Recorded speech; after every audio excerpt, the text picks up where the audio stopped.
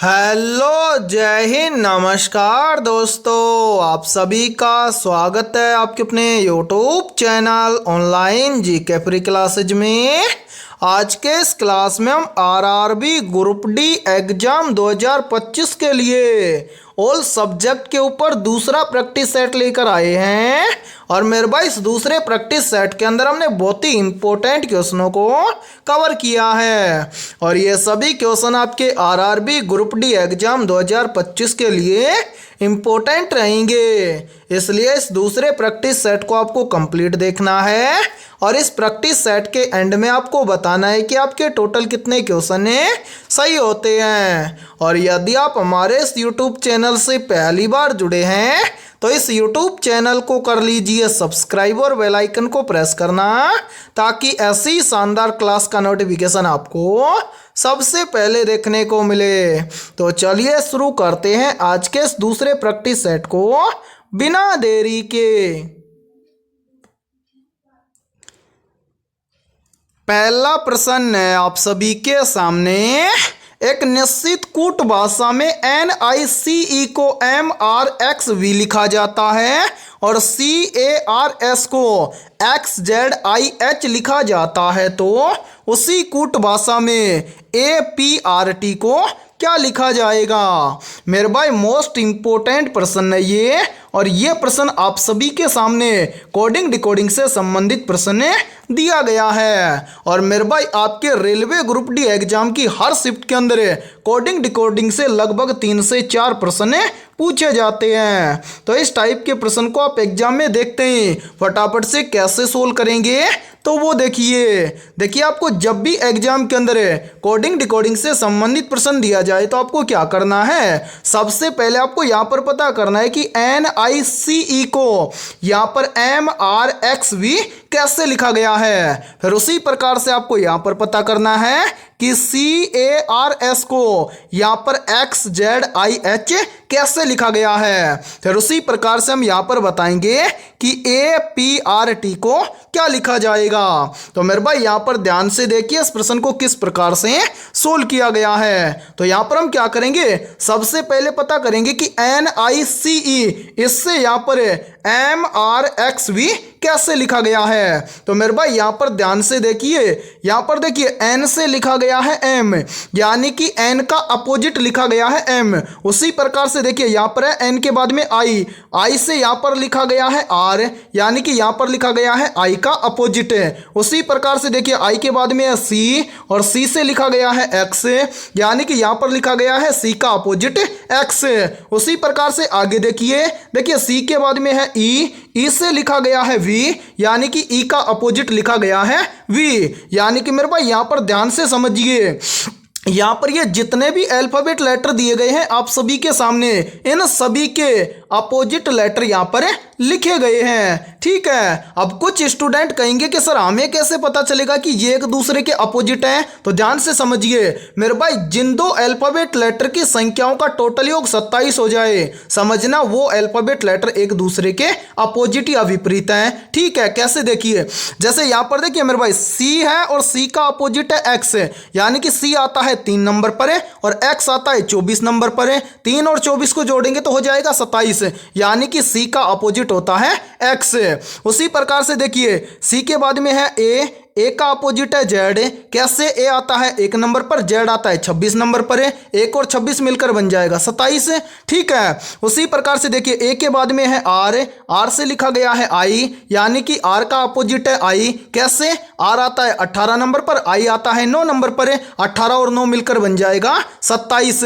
ठीक है, उसी प्रकार से आगे देखिए R के बाद में क्या है S का अपोजिट क्या है H, यानी कि S आता है 19 नंबर पर, H आता है 8 नंबर पर है। 19 और 8 मिलकर बन जाएगा 27। यानी कि मेरे भाई यहाँ पर देखिए, यानी कि जो ये वाले अल्फाबेट लेटर हैं इन सभी के भी यहाँ पर क्या लिखे गए हैं, अपोजिट लेटर लिखे गए हैं। तो उम्मीद करता हूँ कि यहाँ पर आप आसानी से बता दोगे कि APRT इन सभी अल्फाबेट लेटर का अपोजिट क्या होगा। तो मेरे भाई यहाँ पर देखिए सबसे पहले लेटर है ए का अपोजिट क्या होगा? तो देखिए ए आता है 1 नंबर पर है। अब 1 के अंदर कितना ऐड करें कि 27 हो जाए? तो ध्यान से देखिए, यदि हम 1 के अंदर क्या कर दें, 26 को जोड़ दें तो 1 और 26 मिलकर बन जाएगा 27 है। 26 नंबर पर कौन सा लेटर आता है? जेड, तो यहाँ पर हम भर देंगे जेड है। ठीक है, उसी प्रकार से देखिए ए के बाद में क्या है? पी। तो मेरे भाई यहाँ पर देखिए पी आता है कितने नंबर पर है? 16 नंबर पर है। अब पी का अपोजिट क्या होगा? तो 16 के अंदर कितना ऐड करें कि 27 हो जाए?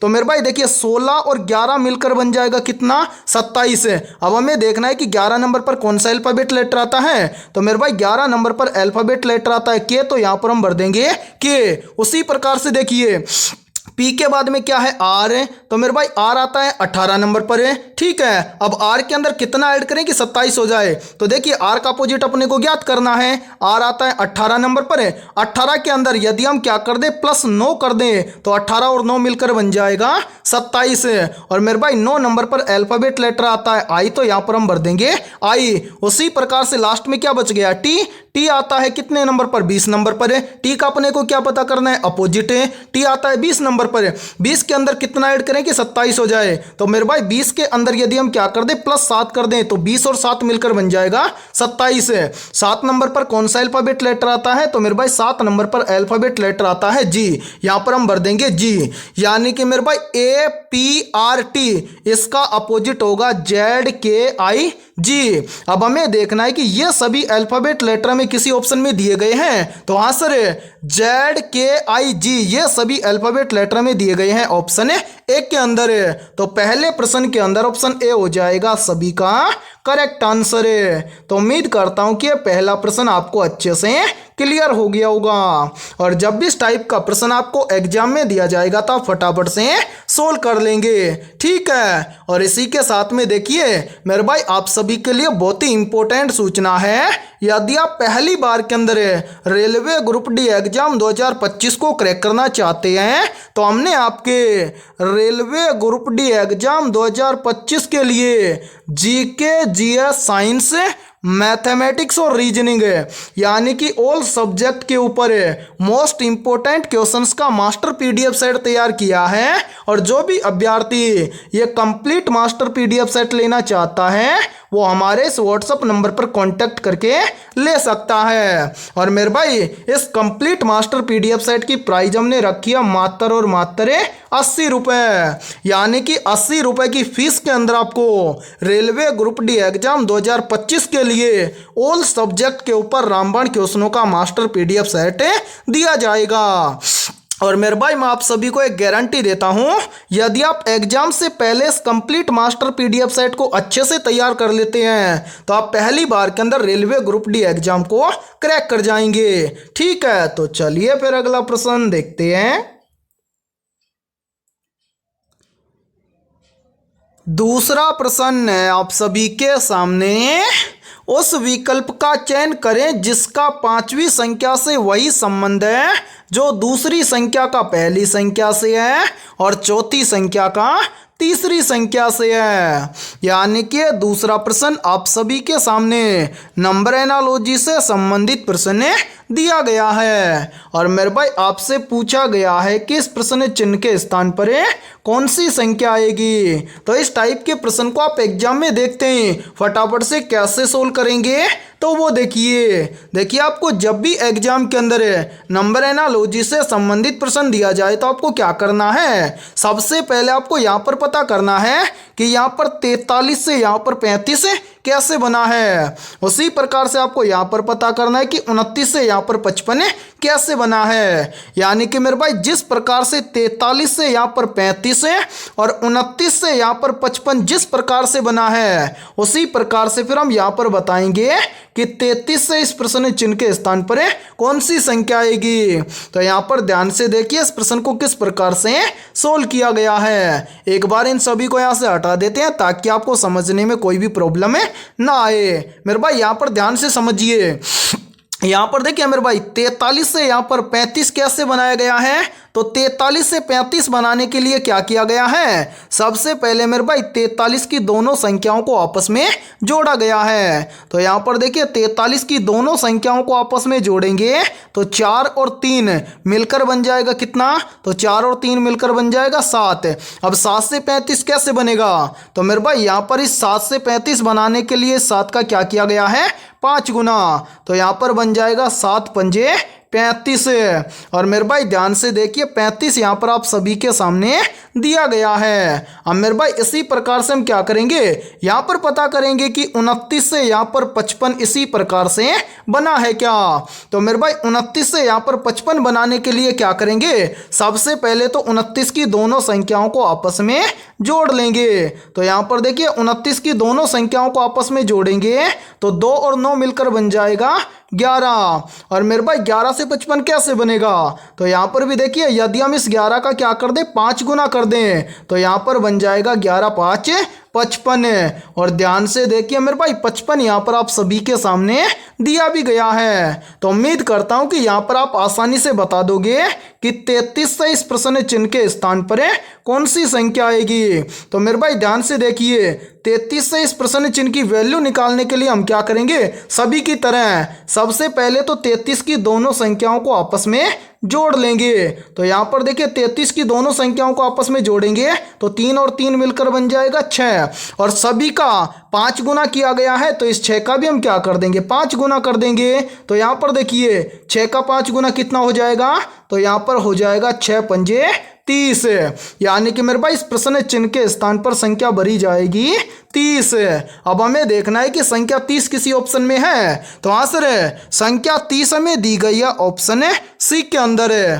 तो दूसरे प्रश्न के अंदर ऑप्शन सी हो जाएगा सभी का करेक्ट आंसर है। और जब भी आपको एग्जाम के अंदर नंबर एनालॉजी से संबंधित प्रश्न दिया जाएगा तो आप देखते ही फटाफट से सोल्व कर लेंगे। ठीक है, तो चलिए फिर अगला प्रश्न देखते हैं।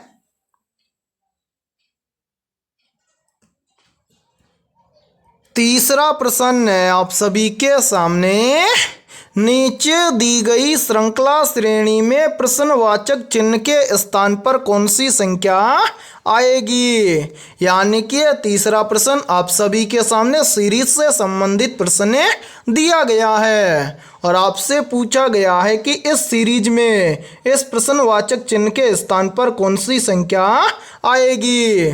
तो मेरे भाई इस टाइप के प्रश्न को आप एग्जाम में देखते हैं मात्र 2 से 3 सेकंड में कैसे सोल्व करेंगे, तो वो देखिए आपको जब भी एग्जाम के अंदर सीरीज से संबंधित प्रश्न दिया जाए तो आपको क्या करना है, सबसे पहले आपको यह देखना है कि सीरीज में आपको क्या क्या दिया गया है। तो मेरे भाई यहाँ पर ध्यान से देखिए सीरीज में हमें सबसे पहले दिया गया है 501, उसके बाद में दिया गया है 500, उसके बाद में दिया गया है 497, 497 के बाद में दिया गया है 492, 492 के बाद में दिया गया है 485 और 485 के बाद में हमसे पूछा गया है कि इस प्रश्नवाचक चिन्ह के स्थान पर कौन सी संख्या आएगी।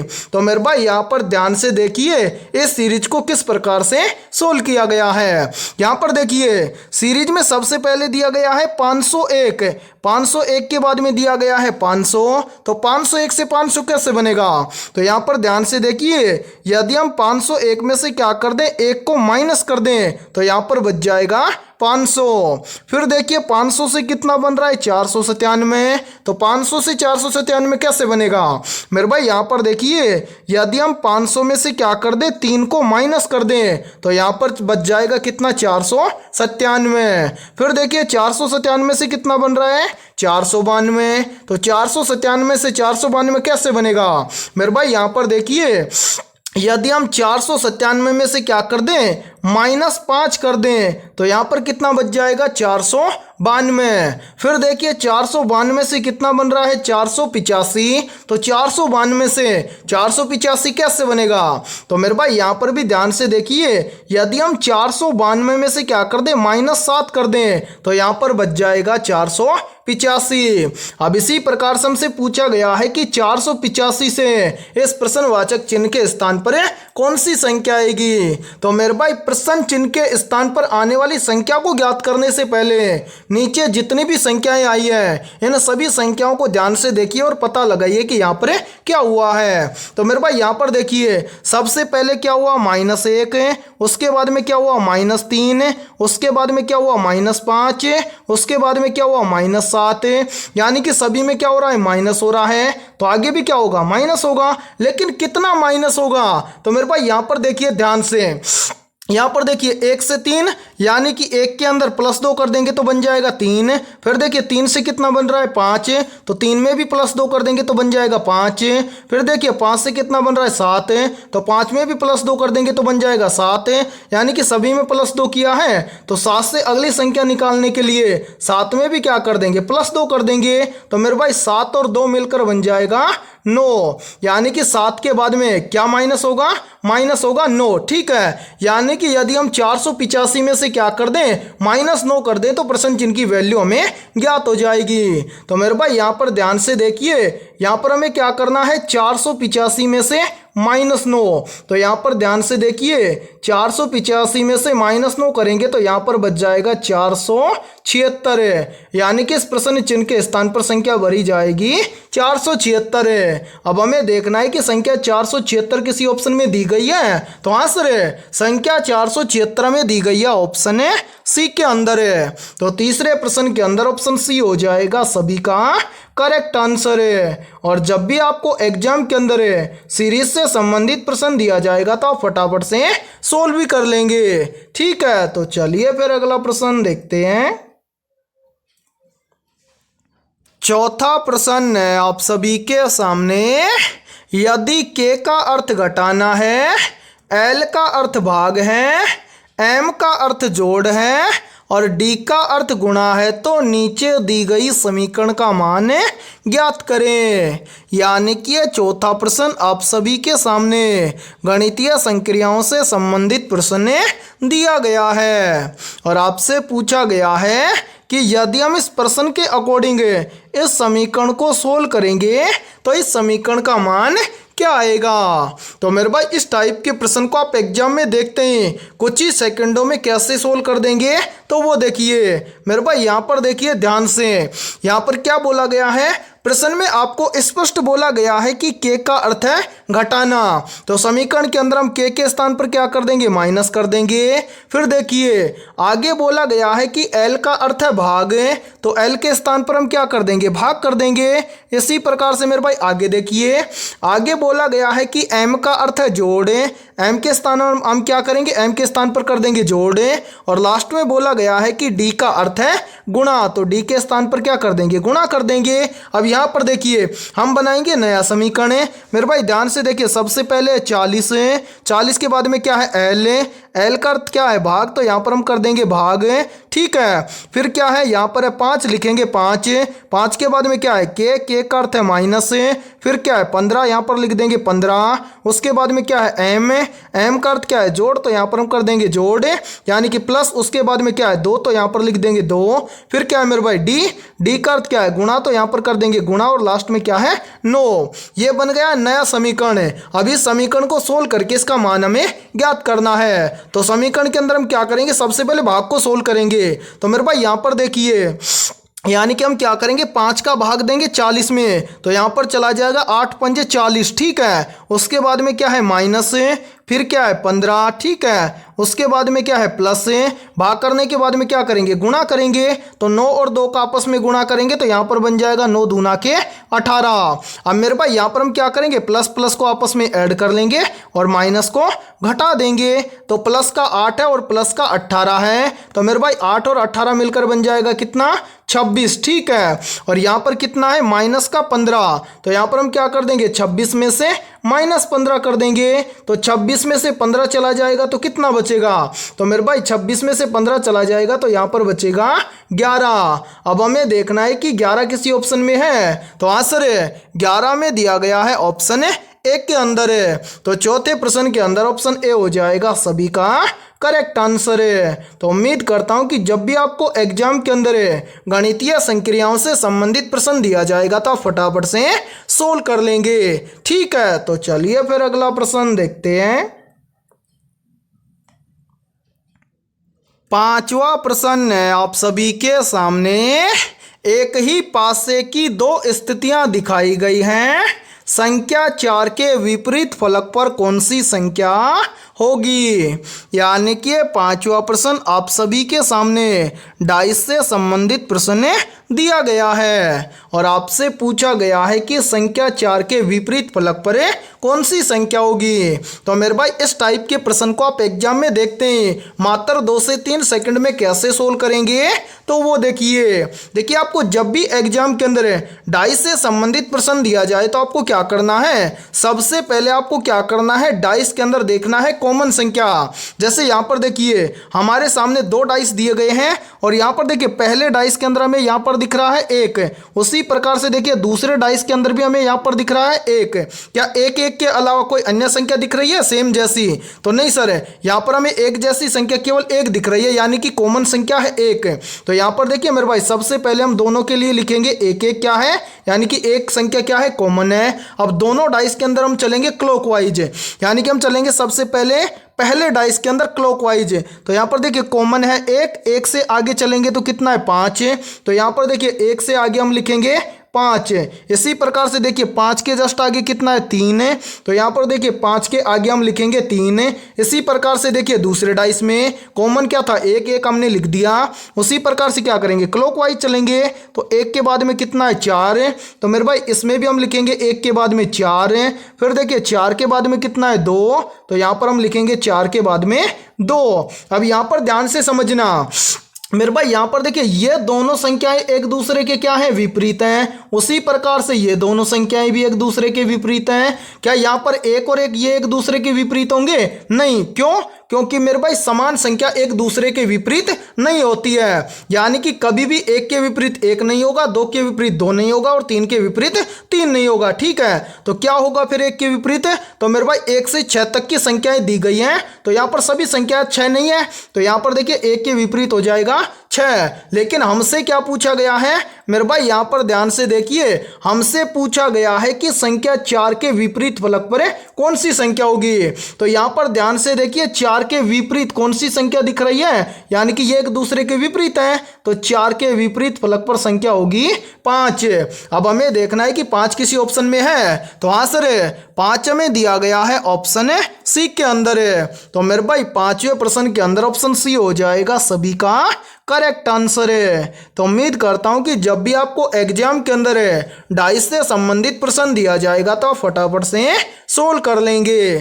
ठीक है, तो चलिए फिर अगला प्रश्न देखते हैं।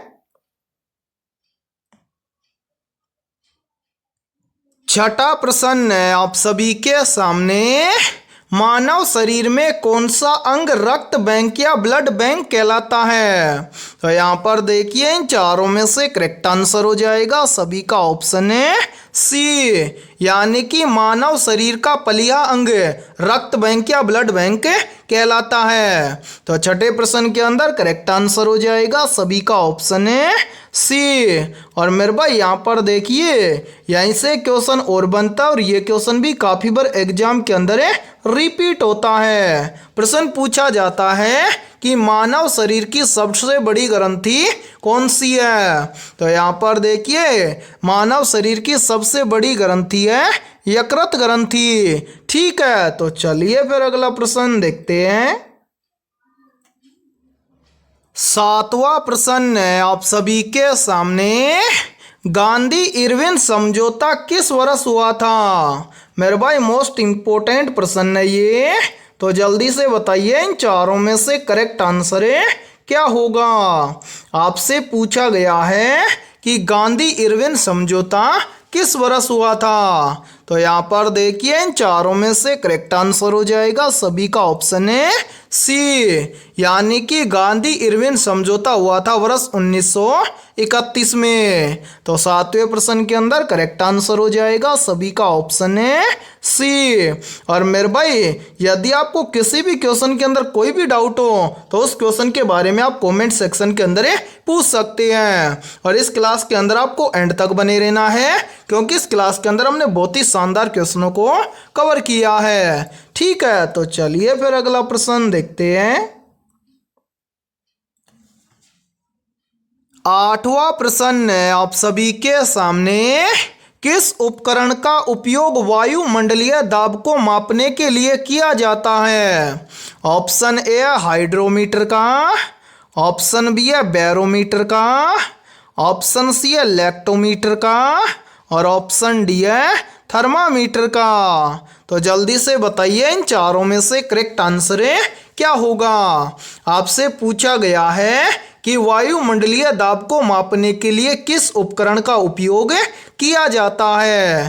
तो यहाँ पर देखिए इन चारों में से करेक्ट आंसर हो जाएगा सभी का ऑप्शन है बी, यानी कि वायुमंडलीय दाब को मापने के लिए बैरोमीटर उपकरण का उपयोग किया जाता है। तो आठवें प्रश्न के अंदर करेक्ट आंसर हो जाएगा सभी का ऑप्शन है बी। तो चलिए फिर अगला प्रश्न देखते हैं।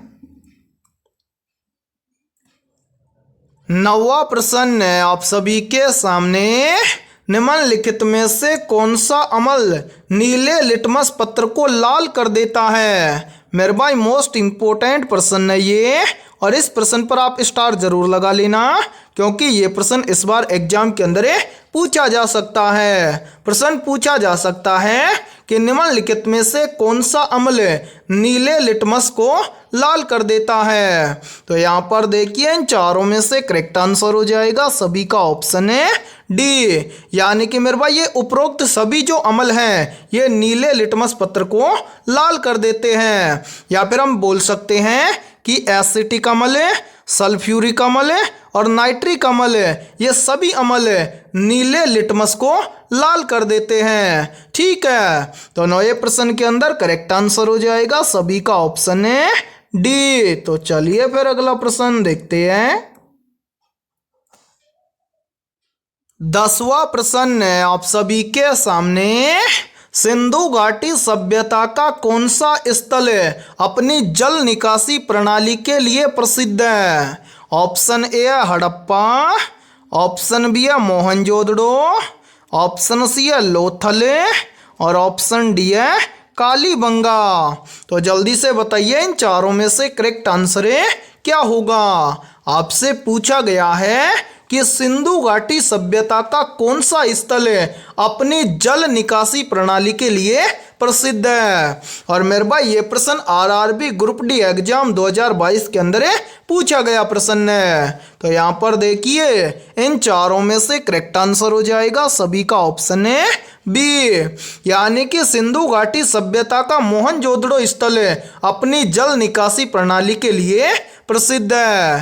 तो 10वें प्रश्न के अंदर करेक्ट आंसर हो जाएगा सभी का ऑप्शन है बी।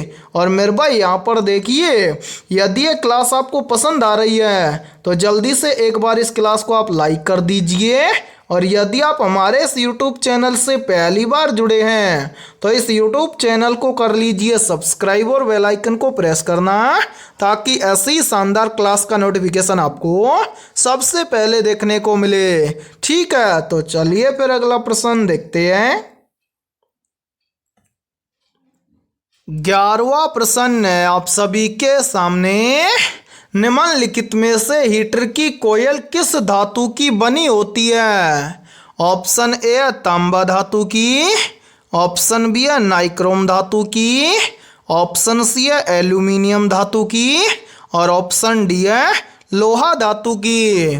तो यहाँ पर देखिए इन चारों में से करेक्ट आंसर हो जाएगा सभी का ऑप्शन है बी, यानी कि हीटर की कोयल नाइक्रोम धातु की बनी होती है। तो 11वें प्रश्न के अंदर करेक्ट आंसर हो जाएगा सभी का ऑप्शन है बी। तो चलिए फिर अगला प्रश्न देखते हैं। 12वां प्रश्न है आप सभी के सामने। भारत का लौह पुरुष यानी कि आयरन मैन ऑफ इंडिया किसे कहा जाता है? तो यहाँ पर देखिए इन चारों में से करेक्ट आंसर हो जाएगा सभी का ऑप्शन है सी, यानी कि भारत का लौह पुरुष या आयरन मैन ऑफ इंडिया के नाम से जाना जाता है सरदार वल्लभ भाई पटेल को। तो 12वें प्रश्न के अंदर करेक्ट आंसर हो जाएगा सभी का ऑप्शन है सी। तो चलिए फिर अगला प्रश्न देखते हैं। 13वां प्रश्न है आप सभी के सामने। भारत की सबसे बड़ी मीठे पानी की झील कौन सी है? ऑप्शन ए है चिल्का झील, ऑप्शन बी है वुलर झील, ऑप्शन सी है सांबर झील और ऑप्शन डी है लोकटक झील। तो यहाँ पर देखिए इन चारों में से करेक्ट आंसर हो जाएगा सभी का ऑप्शन है बी, यानी कि भारत की सबसे बड़ी मीठे पानी की झील है वुलर झील। तो 13वें प्रश्न के अंदर करेक्ट आंसर हो जाएगा सभी का ऑप्शन है बी। और मेरे भाई यहाँ पर आप सभी को बताना है कि जो ये वुलर झील है ये भारत के किस राज्य में स्थित है। तो सभी कमेंट सेक्शन के अंदर जल्दी से कमेंट करके बताइए, ठीक है, कि वुलर झील किस राज्य में है। तो चलिए फिर अगला प्रश्न देखते हैं। 14वां प्रश्न है आप सभी के सामने। भारतीय संविधान के किस अनुच्छेद में ग्राम पंचायतों के संगठन का प्रावधान है? मेरे भाई मोस्ट इम्पोर्टेंट प्रश्न है ये, तो जल्दी से बताइए इन चारों में से करेक्ट आंसर है क्या होगा। और मेरे भाई यहाँ पर देखिए आप सभी को मैं बता दूं, चाहे तो आप प्रीवियस ईयर पेपर को भी उठा के देख सकते हैं। आपके रेलवे ग्रुप डी एग्जाम की हर शिफ्ट के अंदर संविधान से या संविधान के जितने भी टॉपिक हैं उनसे लगभग 3 से 4 प्रश्न हर शिफ्ट के अंदर पूछे जाते हैं। तो मेरे भाई इस टाइप के प्रश्नों को आप जरूर नोट करना, ठीक है। और यहाँ पर देखिए इन चारों में से करेक्ट आंसर हो जाएगा सभी का ऑप्शन है बी, यानी कि ग्राम पंचायतों के संगठन का प्रावधान है भारतीय संविधान के अनुच्छेद 40 में, ठीक है। तो 14वें प्रश्न के अंदर करेक्ट आंसर हो जाएगा यहाँ पर ऑप्शन है बी। तो चलिए फिर अगला प्रश्न देखते हैं।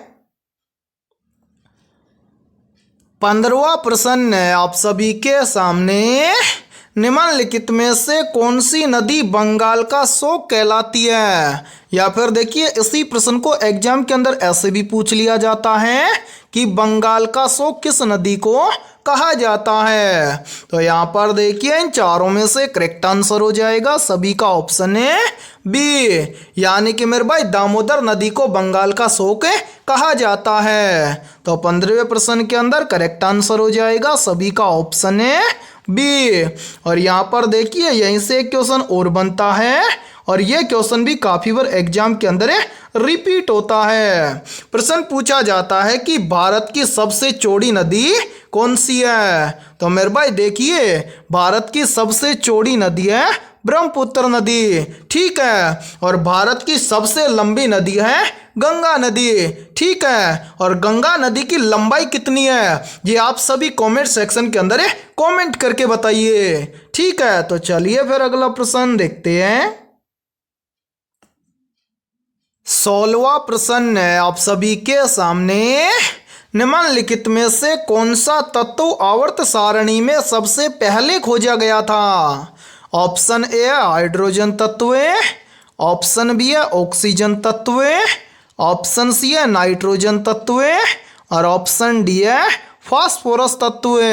तो यहाँ पर देखिए इन चारों में से करेक्ट आंसर हो जाएगा सभी का ऑप्शन है ए, यानी कि हाइड्रोजन तत्व आवर्त सारणी में सबसे पहला खोजा गया तत्व है। या फिर हम बोल सकते हैं कि जो हाइड्रोजन तत्व है ये आवर्त सारणी में खोजा गया सबसे पहला तत्व था, ठीक है। तो 16वें प्रश्न के अंदर करेक्ट आंसर हो जाएगा सभी का ऑप्शन है ए। तो चलिए फिर अगला प्रश्न देखते हैं। 17वां प्रश्न है आप सभी के सामने।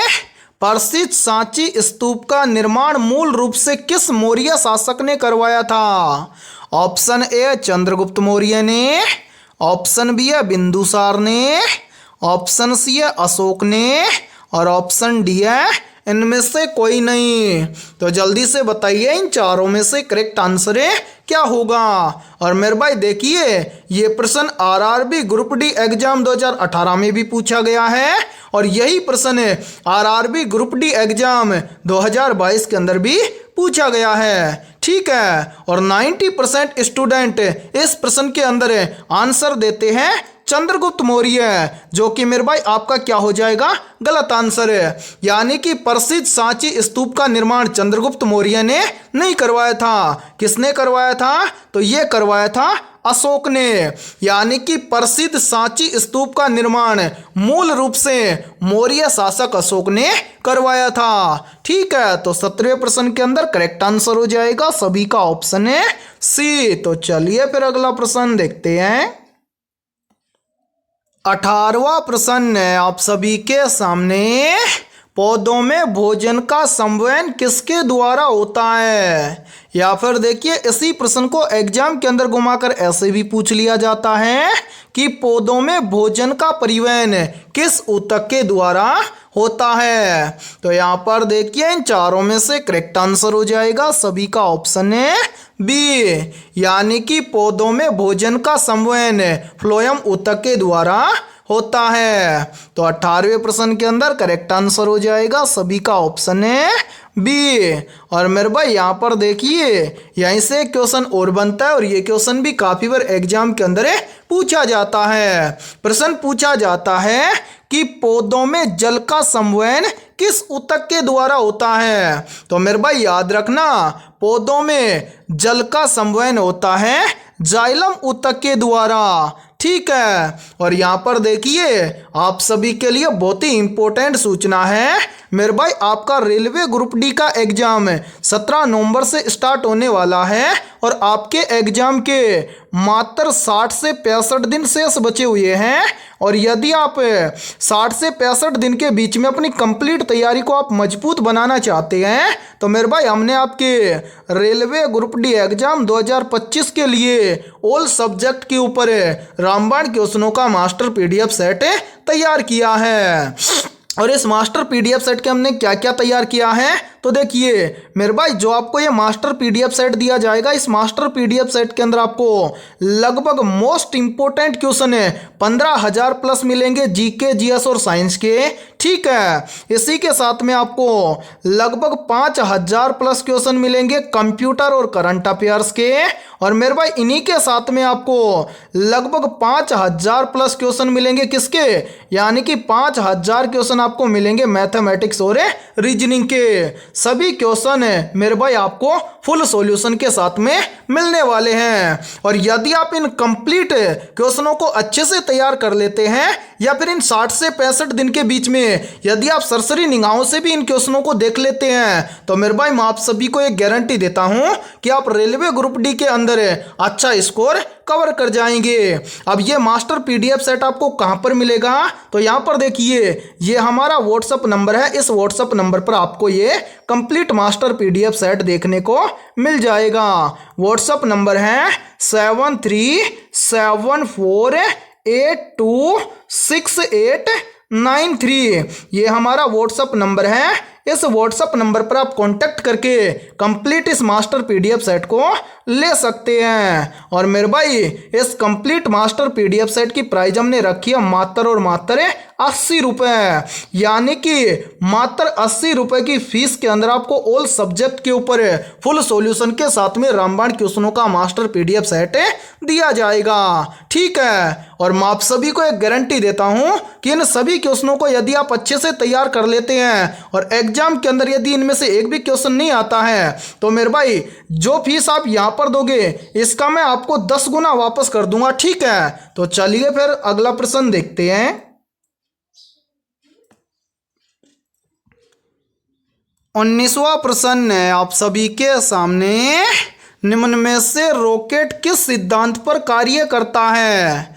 ऑप्शन ए ऊर्जा संरक्षण के सिद्धांत पर है, ऑप्शन बी है द्रव्यमान संरक्षण के सिद्धांत पर है, ऑप्शन सी है न्यूटन के गति के तीसरे नियम पर है और ऑप्शन डी है बर्नौली के सिद्धांत पर है। तो यहाँ पर देखिए इन चारों में से करेक्ट आंसर हो जाएगा सभी का ऑप्शन है सी, यानी कि रॉकेट न्यूटन के गति के तीसरे नियम पर कार्य करता है। तो 19वें प्रश्न के अंदर करेक्ट आंसर हो जाएगा सभी का ऑप्शन है सी। तो चलिए फिर अगला प्रश्न देखते हैं।